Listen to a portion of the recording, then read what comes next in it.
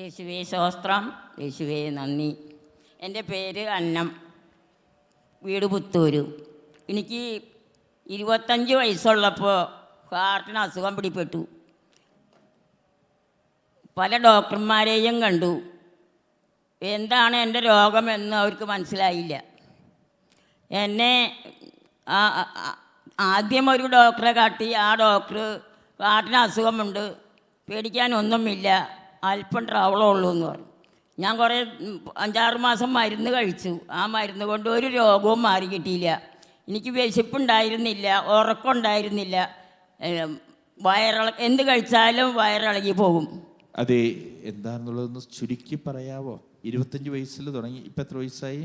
ഇപ്പോൾ 75 വയസ്സായി. 75 വയസ്സായി. 50 വർഷത്തെ നമ്മളൊന്ന് ചുരുക്കി എന്താണെന്നുള്ളത് ഇത് പറഞ്ഞ്.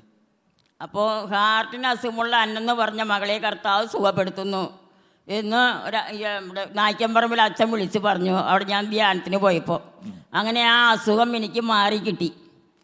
എനിക്ക് ശ്വാസം മുട്ടുണ്ടായിരുന്നു, 30 കൊല്ലം പഴക്കമുള്ള ശ്വാസം മുട്ട്. ഇവിടെ ഞാൻ മാറി കിട്ടിയോ? ഇവിടെ 6 കൊല്ലം പ്രേക്ഷിതയായിരുന്നു.